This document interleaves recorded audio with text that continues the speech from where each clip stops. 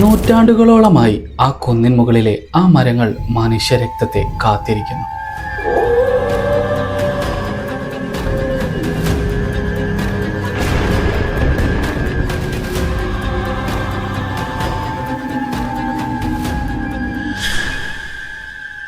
രക്തം തുളുമ്പുന്ന പ്രായമായിരുന്നു അവർക്ക് 4 പേർക്കും. അവർ 4 പേരും കസിൻസ് ആയിരുന്നു. അതുകൊണ്ട് തന്നെ എല്ലാം എക്സ്പ്ലോർ ചെയ്ത് ജീവിതം അവസാനിപ്പിക്കണമെന്നായിരുന്നു 4 പേരുടെയും ആഗ്രഹം. അതുപോലെ ആയിരുന്നു അമിത്തിന് അമിത്തിന്റെ അതേ വൈബിലുള്ള 3 കസിൻസ് ഉണ്ടായിരുന്നു. അവരുടെ ഏക ലക്ഷ്യം എന്നത് അവരുടെ ജീവിതത്തിൽ അവരെല്ലാം എക്സ്പ്ലോർ ചെയ്യണം, എന്നിട്ട് എല്ലാ ലൈഫും ആസ്വദിച്ചതിന് ശേഷം മാത്രമേ വാർദ്ധക്യത്തിലേക്ക് എത്തുകയുള്ളൂ എന്നായിരുന്നു അവരുടെ മനസ്സ് മുഴുവൻ. അതുകൊണ്ട് തന്നെ അവർ എല്ലാ തരത്തിലും എക്സ്പ്ലോർ ചെയ്യാൻ അവർ ആഗ്രഹിക്കുമായിരുന്നു. എന്നാൽ വിദേശ യാത്രകളോ വലിയ വലിയ ഷോപ്പിംഗ് മാളുകളിലെ പടുകൂറ്റൻ ഷോപ്പിംഗ് ഒന്നും ആയിരുന്നില്ല അവരുടെ എക്സ്പ്ലോറേഷൻ. അത് അല്പം വിചിത്രമായിരുന്നു. കേരളത്തിലെ ശ്മശാനങ്ങൾ, കല്ലറകൾ, ബ്രിട്ടീഷ് കല്ലറകൾ, ജൂത് കല്ലറകൾ, അങ്ങനെ ശ്മശാനങ്ങളും കാവുകളും എക്സ്പ്ലോർ ചെയ്ത് അവിടം നെഗറ്റീവ് എനർജീസ് ഉണ്ടോ എന്ന് അറിയുന്നതായിരുന്നു അവരുടെ 4 പേരുടെയും ബിഗ് ആംബിഷൻസ്. അതുകൊണ്ട് തന്നെ അവർ കേരളമെമ്പാടുമുള്ള എല്ലാ ശ്മശാനങ്ങളും എല്ലാ കല്ലറകളിലും അവർ പോയിട്ടുണ്ട്. അവിടെ വെച്ച് നെഗറ്റീവ് എനർജി ഉണ്ടോ എന്ന് എക്സ്പ്ലോർ ചെയ്തിട്ടുമുണ്ട്. എന്നാൽ എപ്പോഴും നമുക്ക് നേരെ കാറ്റ് അനുകൂലമായി വീശണമെന്നില്ല, അല്ലേ? ഇത്തവണ അവരുടെ നേരെ കാറ്റ് അനുകൂലമായില്ല വീശിയത്, അത് പ്രതികൂലമായിരുന്നു. ആത്മാക്കളുടെ ചതിക്കുഴി അത് വല്ലാത്ത ഒരു ചതിക്കുഴിയാണ്. അതിൽ നിന്നും രക്ഷപ്പെടുന്നത് ഒരിക്കലും അത്ര നിസ്സാരമല്ല. അതൊന്നും ചിന്തിക്കാതെയായിരുന്നു അവരുടെ ഈ പോക്ക്. അതുകൊണ്ട് തന്നെ കേരളത്തിലെ എല്ലാ ശ്മശാനങ്ങളും എല്ലാ കല്ലറകളും, പുരാതന കല്ലറകളും, പ്രത്യേകിച്ച് ബ്രിട്ടീഷ് കല്ലറകൾ, അതുപോലെ ജൂത് കല്ലറകൾ, ഇതൊക്കെയായിരുന്നു അവർ ഗവേഷണം നടത്താൻ ഉപയോഗിച്ചിരുന്ന കല്ലറകൾ. എന്നാൽ ഇവിടെ നിന്നൊന്നും അവർക്ക് യാതൊരു തര നെഗറ്റീവ് എനർജിയും ലഭിച്ചിരുന്നില്ല. അങ്ങനെ ഇരിക്കെയാണ് നാട്ടിലെ തന്നെ അതിപുരാതനമായ ഒരു കുന്നിൻ മുകളിലെ ഒരു ഒറ്റപ്പെട്ടിരിക്കുന്ന ഒരു കല്ലറയെക്കുറിച്ച് അവർ കേൾക്കാൻ ഇടയുണ്ടായത്. അത് കേട്ട ഉടനെ തന്നെ അമിത്തിന്റെ 3 കസിൻസും ആ കല്ലറ കാണാനുള്ള ആഗ്രഹം പ്രകടിപ്പിച്ചു കൊണ്ടിരുന്നു. എന്നാൽ ആ കല്ലറയിലേക്ക് എത്തേണ്ട ദൂരം അല്പം കഠിനമായിരുന്നു. കാരണം ഒരു വലിയ കുന്നിന്റെ മുകളിലായിരുന്നു ആ ശവക്കല്ലറ. അതുമാത്രമല്ല, അവിടെ അങ്ങനെ ഇങ്ങനെയായി ആരും തന്നെ ആ കല്ലറയിലേക്ക് ഇതുവരെ പോയതായി കേട്ടിട്ടില്ല. എവിടെയോ ഏതോ ഒരു ബുക്കിൽ വായിച്ചിട്ടുണ്ട്, പണ്ടൊരു സ്ത്രീയെ, അതും നൂറ്റാണ്ടുകൾക്ക് മുമ്പേ, ആരോ വഞ്ചിച്ച് കീഴ്പ്പെടുത്തി ചതിയിലൂടെ കൊല ചെയ്ത് ആ കുന്നിൻ മുകളിൽ കൊണ്ടുപോയി അടക്കിയതാണെന്ന്. എന്നാൽ അതിന് എത്രത്തോളം സത്യമുണ്ടെന്നൊന്നും ആർക്കും അത്ര അറിവുണ്ടായിരുന്നില്ല.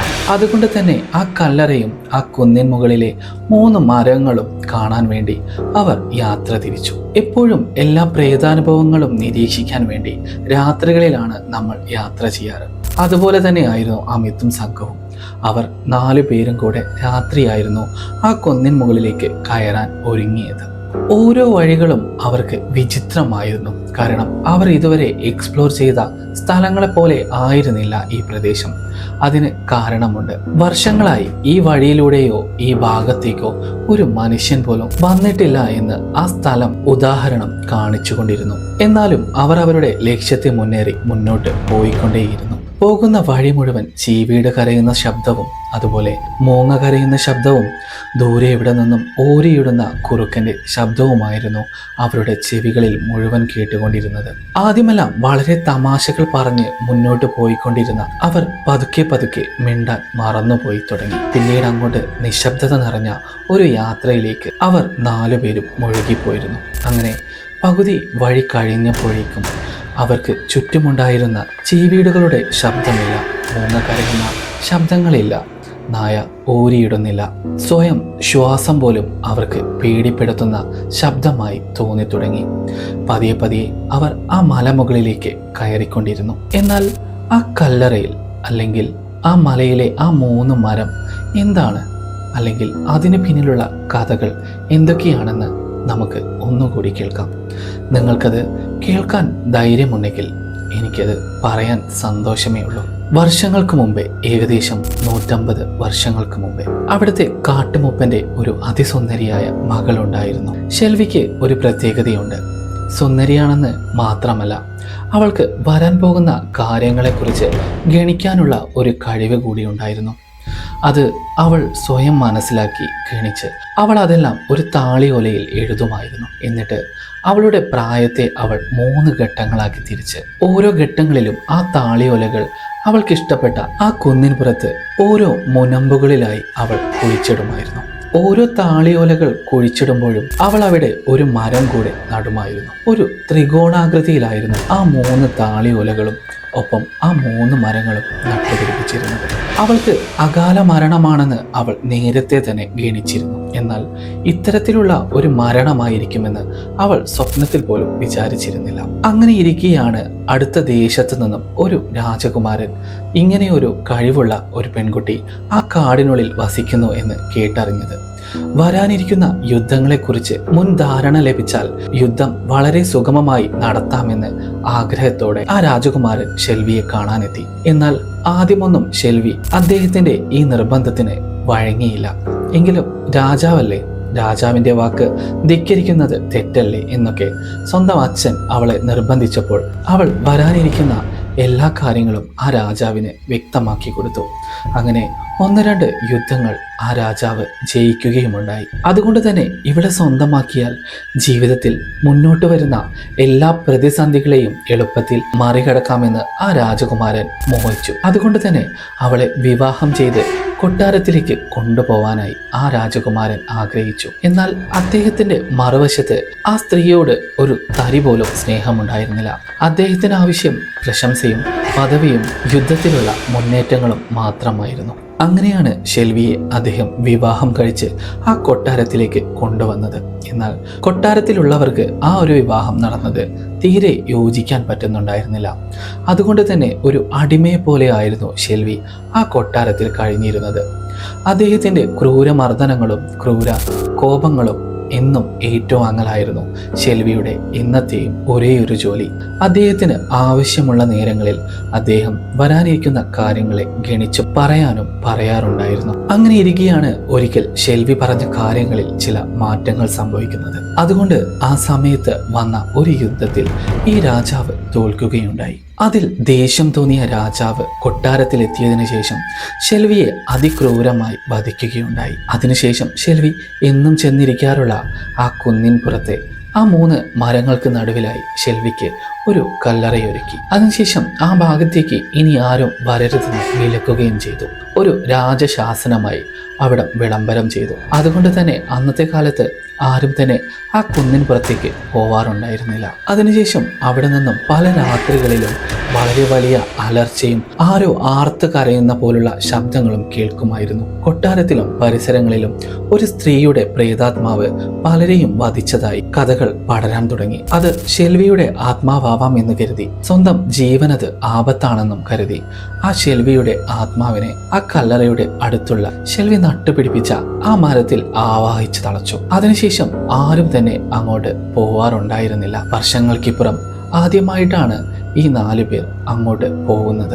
അങ്ങനെ പോകുന്നതിന് ഒരു കാരണം കൂടെയുണ്ട്. ഞാൻ നേരത്തെ പറഞ്ഞ പോലെ തന്നെ വിശക്കുമ്പോൾ നമ്മൾ ഭക്ഷണം കഴിക്കുന്ന പോലെ തന്നെയായിരുന്നു ആത്മാക്കളും അല്ലെങ്കിൽ പിശാചുക്കളും. കാരണം അവർക്ക് വിശന്നാൽ അല്ലെങ്കിൽ ദാഹിച്ചാൽ അവർ മനുഷ്യരെ സ്വയം ക്ഷണിക്കുമായിരുന്നു. നമ്മൾ പോയില്ലെങ്കിൽ കൂടി നമ്മൾ അവിടെ എത്തുമായിരുന്നു. അങ്ങനെയായിരുന്നു അമിത്തും സുഹൃത്തുക്കളും അങ്ങോട്ട് ചെന്നത്. അവർ പതിയെ ആ മലയുടെ മുകളിലെത്തിയപ്പോഴേക്കും അവർക്ക് നേരെ വല്ലാത്ത ഒരു തരം തണുത്ത കാറ്റ് വീശി. പതിവിലും കവിഞ്ഞ തണുപ്പുണ്ടായിരുന്നു ആ കാറ്റിന്.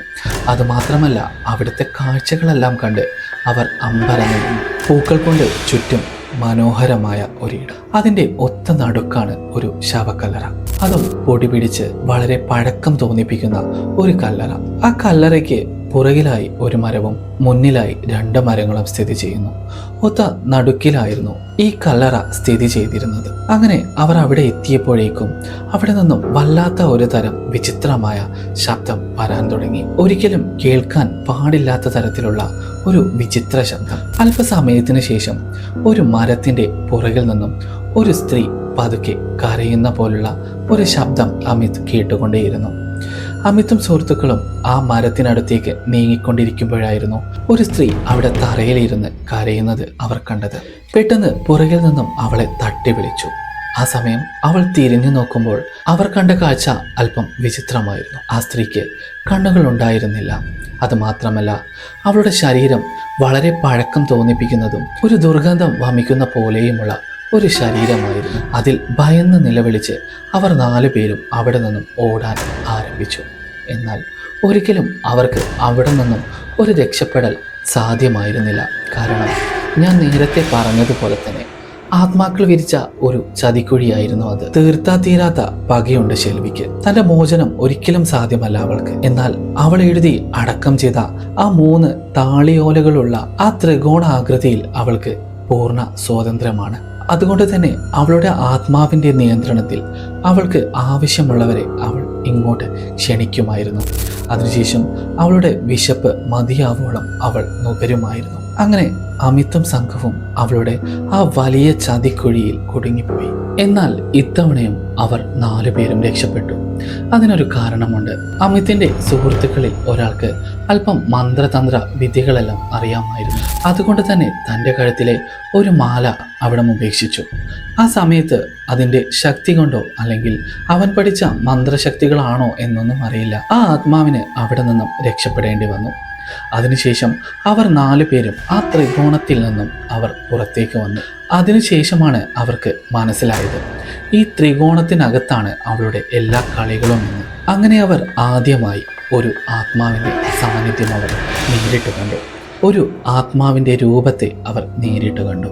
എന്നാലും പറഞ്ഞു കേട്ട ഈ കഥ സത്യമാണെന്ന് അവർ മനസ്സിലാക്കിയ സന്തോഷത്തിലും ഉൾഭയത്തിലും അവർ ആ കുന്ന് വിട്ടിറങ്ങി. എന്നാലും ഷെൽവിയുടെ ആത്മാവ് ദാഹം മതിയാവാതെ വീണ്ടും ചില മനുഷ്യർക്ക് കൂടി വേണ്ടി അവിടെ കാത്തിരുന്നു. ഇത്തരത്തിലുള്ള വിചിത്രമായ കഥകൾ കേൾക്കാൻ നിങ്ങൾക്ക് ഇഷ്ടമാണെങ്കിൽ എൻ്റെ ചാനൽ സബ്സ്ക്രൈബ് ചെയ്ത് നിങ്ങൾക്ക് കൂടെ കൂടാവുന്നതാണ്. മരിച്ചിട്ടും കാത്തിരിക്കുന്നവരുടെ കഥകൾ കേൾക്കാം. ഇനിയും നമുക്ക് ഒരുപാട്